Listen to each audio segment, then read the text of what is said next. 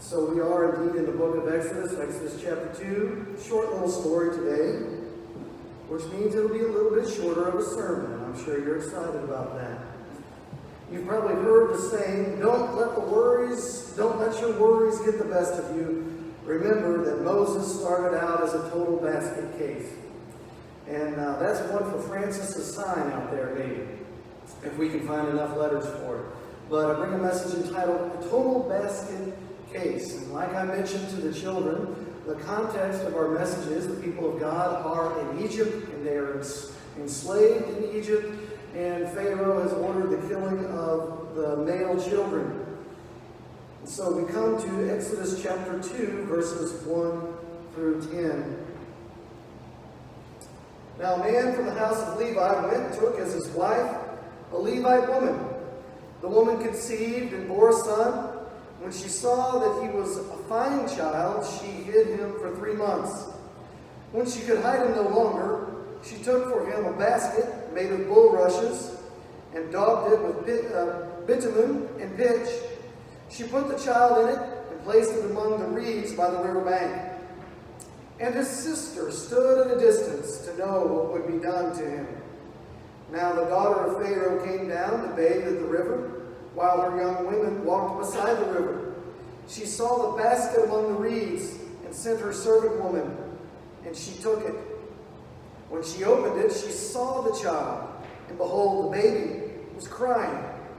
She took pity on him and said, "This is one of the Hebrews' children." Then his sister said to Pharaoh's daughter, "Shall I go and call you a nurse from the Hebrew women to nurse the child for you?" And Pharaoh's daughter said to her, "Go." So the girl went and called the child's mother. And Pharaoh's daughter said to her, "Take this child away and nurse him for me, and I will give you your wages." So the woman took the child and nursed him. When the child grew up, she brought him to Pharaoh's daughter, and he became her son. She named him Moses because, she said, "I drew him out of the water." A lot of beautiful lessons in this story, but I've chosen to make our main idea this lesson. God can take our little and turn it into His much. God can take our little and turn it into His much. I've found in life you will encounter situations well beyond your power, situations from all outward appearances that are humanly impossible. During those circumstances, it's very easy to focus on our human inability. But the more focused you are on your own powerlessness, the more paralyzed you become, unless you can turn that focus on God. If you can recognize your own inability and focus on God, His goodness, His grace, His abundant ability, infinite wisdom, if we focus on Him, we will be able to trust Him more. And in those moments, God will take what little you have to offer and turn it into His super abundance. I'm reminded of another basket story in the Bible. A little boy offering his basket lunch to Jesus to feed the multitudes. Just 5 loaves of fish, or 5 loaves and two little fish fed 5,000 men and their families. Time and time again, we see in the scriptures God taking little things, little insignificant people or situations, and turning them into His good. I remember Matthew 17:20 when Jesus said, "If you have faith like a grain of mustard seed, you will say to this mountain, 'Move from here to there,' and it will move. And nothing will be impossible for you." God can take our little bit and turn it into His much. In our Bible story today, God uses 3 human beings, and what little they had to offer, what little character or resources or situation they had, He used those things to preserve Moses' life. So I want to focus on that and show you that. But first, let's pause and pray that God would lead us, speak to our hearts. Heavenly Father, We do love you and thank you and praise you for your goodness to us and the plan that you have set before us. And we recognize in so many ways our human inability to fulfill your plan. But you have gifted us. You have given us resources and faith and sometimes even just a little bit of ability or talent or obedience. You take that and use it in wonderful ways. So help us not to be afraid. Help us to step out in faith, to walk on the waters, to trust in you more. Because our inability finds sufficiency in your super ability. In Jesus' name, amen. Well, this story is really pretty easy to divide up. I focused on three people in the story. First, the mother of Moses. And we'll talk about a mother's medal, verses 1 through 4. And we'll also quote Hebrews 11:23. Later in the scriptures, Moses' dad, we'll see, is named Amram, and his mother is Jochebed. And they were from the tribe of Levi, of God's people. Jochebed gave birth to Moses during this time when the Egyptians were killing the Hebrew baby boys, as we saw last week. And when she saw how good and beautiful her son was, there's no way she could kill him, as Pharaoh demanded. And so she hid him for 3 months. But you know, you can only hide a baby for so long. Like the kids said, they cry and they run around. And so what are you going to do? Now, Hebrews 11:23 reminds us, it says, by faith, Moses, when he was born, was hidden for 3 months by his parents. And that seems to indicate that it was the parents' faith. Because they saw that the child was beautiful. And they were not afraid of the king's edict. So this was by faith that they did this. They hid Moses. But we don't really know what event precipitated them giving up their child and putting him in a basket in the Nile. But something must have scared Jochebed enough to make her desperate to do that. So she made a little basket boat, a little ark, if you will, and she waterproofed it as they were able to at that time. And she, I can imagine, hugged and kissed her baby one last time, her little baby boy, and set him adrift among the reeds, near to where the Egyptian women went to bathe. Jochebed was handcuffed by this evil law, this wicked mandate from the Egyptian government. And unlike today, she had no legal recourse. She couldn't hire a lawyer. She couldn't make an appeal. Pharaoh's word was final. But neither could she kill her son. She couldn't do that. Well, she knew that was wrong. So she hid him and she held off as long as she possibly could. But eventually, she had to do something desperate, in fact. Did she know how this was going to turn out? Certainly not. Did she at least hope that it would turn out okay for at least the child? Well, absolutely. She took a calculated risk to save her child. She let him go. She put him in God's hands. Pause and just imagine how hard this must have been. Don't let the familiarity of this story kind of dull your senses here. Surely you mothers know. I mean, I'm 42 years old, and when we get a thunderstorm warning in Hannibal, my mom is calling me. Do you have somewhere safe to go? Grab the kids and take them into the bathroom. You know, you never stop being a mother. But sooner or later, you gotta let your children go. You have to put their lives in God's hands. And Jochebed did that.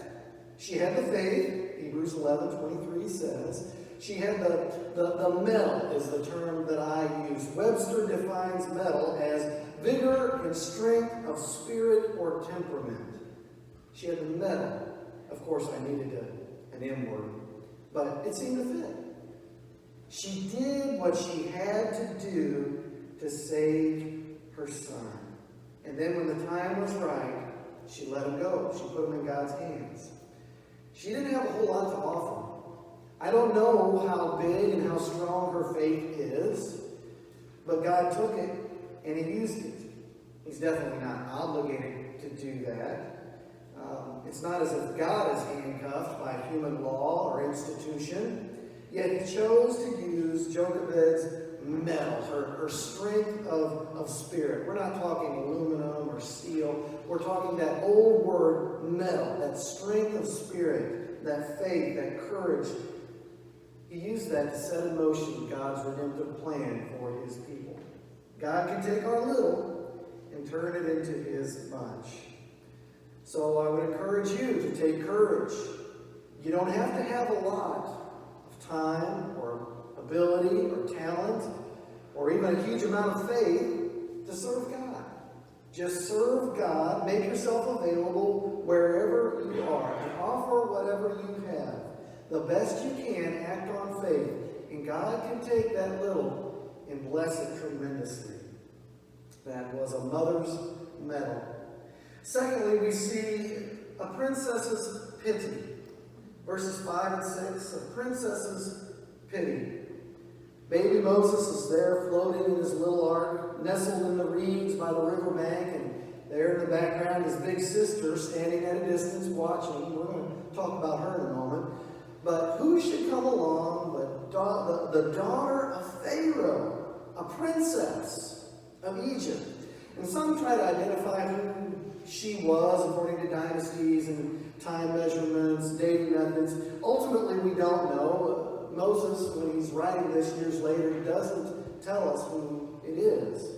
Surely somebody told Moses this story because he couldn't remember. Probably Moses' family members telling him about his birth. So here comes Pharaoh's daughter to the river to bathe, and she sees that basket among the reeds, and she sends her maids, her servant girls, to go fetch it. Look at verse 6 again. Read it with me slowly and think about it. When she opened it, she saw the child, and behold, the baby was crying. She took pity on him, or she felt sorry for him, or had compassion for him. And she said, "This is one of the Hebrews' children." More important for our Bible story today, more important than who the princess was or who her father was the fact that she felt pity. She felt sorry. She had compassion for this baby. Whatever prejudice she had toward the Hebrews was overcome by her compassion. And I was thinking about the fact that sinful humanity is very good at building walls. We see in our culture today sides being chosen, division, separation, segregation, us versus them, Republican versus Democrat, Americans and immigrants, right and left, young and old. Everywhere there is division. Their church, our church, their side, my side. It is our sinful human nature to divide, to separate. Even believers do that. We do it every day. But what is a factor that helps break down those walls of separation? Well, I think human encounters. Having a real, genuine human encounter. What do I mean by that? I don't know the level of prejudice this woman had for the Hebrews, but she saw the child. She heard his little voice. I can imagine feeling his little fingers, smelling his little baby smells. She had a human encounter, and she had pity on him. She had compassion on him. And when her compassion was aroused from a human encounter, she couldn't dispose of that child any more than her mother could have. You know, pity isn't very much to work with. And I'm not saying that she had faith. I'm not saying that. She had pity. She had compassion. But God used that. God took that and used it for His plan. In the months to come, we are going to be tempted to erect walls, us versus them. What's going to break down those walls and enable us as God's people in this church and God's people in our community and in the nation what's going to enable us to make well-informed, godly decisions for our life, life of the church? Well, I can't give you all of the answers, but one of the things I recognize is this. Human encounter, having human encounters, building relationships, talking and listening, a whole lot of listening. It's not a total cure for division, because there's certainly people who have human encounters and go separate or even pushes them further away. But I think about the intensity of an election cycle, and in the midst of our church considering a merger with another church, and I would just encourage you to be charitable and patient and listen and be human. Interact. Listen. Let's try to break down walls and not build walls up. That was a princess's pity. Third and finally, we have a sister's savvy. A sister's savvy, verses 7 through 10. While all of this is going on with the princess and the baby, big sister is watching. Her name is Miriam, we find out later, and she saw that little brother was found by the princess. And maybe she had a little bit of intuition and saw the princess and her reaction. And in a split second, she made a decision. She didn't know what was going on. She didn't know how this was going to unfold. She didn't have a prophetic, spiritual crystal ball. She was just there watching over a little brother. The word doesn't say exactly how she felt, but it must have taken a lot of courage for a little Hebrew slave girl to go and talk to the daughter of Pharaoh. Not just talk, but to suggest what she suggested. Miriam saw a God-ordained opportunity, and she acted. Immediately, she jumped on it. She offered her mother's service as a wet nurse. Lo and behold, Pharaoh's daughter agreed. I don't know what you call that, but I call it savvy. Having that perception, that sharp-witted ability to see that opportunity and to capitalize on it. And it brought about circumstances that Jochebed would have never dreamed of. Not only the safety of her baby boy and the reuniting of her family, but now she was going to be paid for it. God sure knows what He's doing, even when we don't. In life, God-sized opportunities may come your way unexpectedly.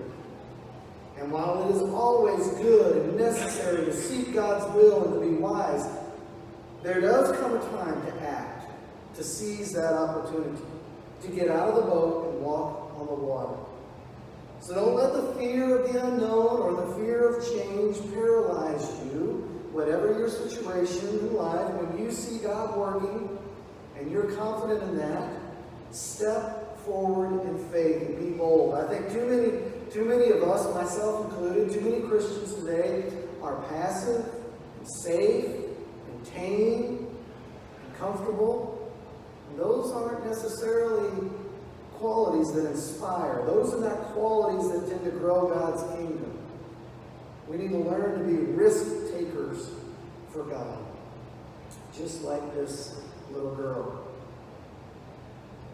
Who's the biggest hero? Biggest human hero? God is the ultimate hero, but who's the biggest human hero in the story? I mean, they all took risks.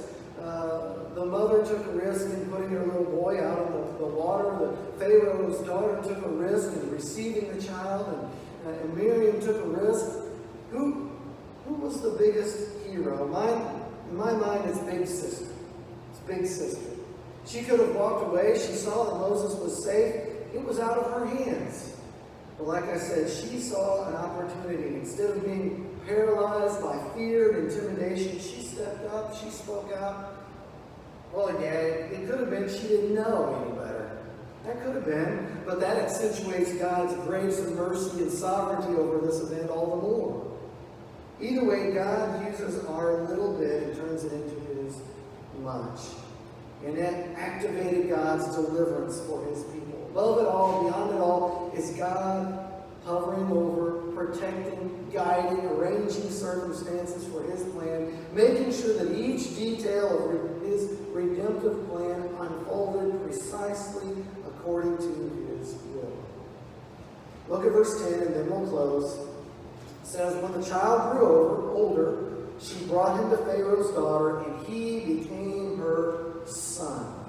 He was adopted by the princess. She named him Moses. Moses means to draw out, because she said, I drew him out of the water. Moses became a prince of Egypt, just like the subtitle to that movie. Think about that. With all the privileges of nobility, including a first-rate education. The 3 R's, reading, writing, and arithmetic.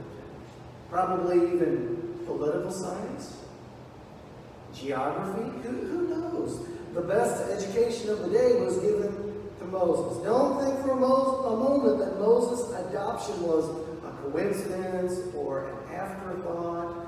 God is all over this story. God knows exactly what he's doing. Who better to confront Pharaoh and lead God's people away from Egypt than a prince of Egypt? By the way, who wrote the Pentateuch, the first 5 books of the Bible? Moses, by tradition, and there's nothing to doubt that. And where did he get his education? Lo and behold, Egypt. God knows what he's doing. We need to learn to trust him. Of course, I wouldn't be faithful to the text if I didn't remind you that Moses is a prefigurement of Christ, however you want to call that, a prophetic foreshadowing of Christ. Moses was the man of deliverance for God's people. He had his life preserved from a ruthless king who sought to kill him. That plot should sound very familiar. Remember baby Jesus, rescued from King Herod and his murderous plot, taken down to Egypt by Mary and Joseph. Moses would liberate the Hebrews from slavery in Egypt, but Christ liberates us from our slavery to sin. Even this sweet little story about a baby in a basket points us to Jesus Christ. Isn't that amazing? I think about some of the biblical characters who had so little to offer God. I mean, you think about Gideon, who was a scared teenager. I think about Hannah, who couldn't even produce a child. I think about David, the shepherd boy, the youngest of his family, with just a slingshot. I think about Mary, the mother of Jesus, probably a teenager. I think about the disciples, even the disciples, 12 men who were just blue-collar, run-of-the-mill worker people, folk. Just normal guys. Then I think about Paul in 1 Corinthians 1:26, and we'll close with this scripture. 1 Corinthians 1:26 says this, For consider your calling, brothers. Not many of you were wise according to worldly standards. Not many were powerful. Not many were of noble birth. But God chose what is foolish in the world to shame the wise. God chose what is weak in the world to shame the strong. God chose what is low and despised in the world, even things that are not, to bring to nothing things that are, so that no human might boast in the presence of God. Do you sometimes feel like you have very little to offer God? Well, you're in good company, the scripture says. You're in good company.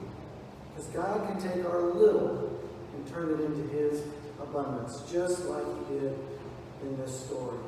Because he's above and beyond it all, watching, guarding, planning, working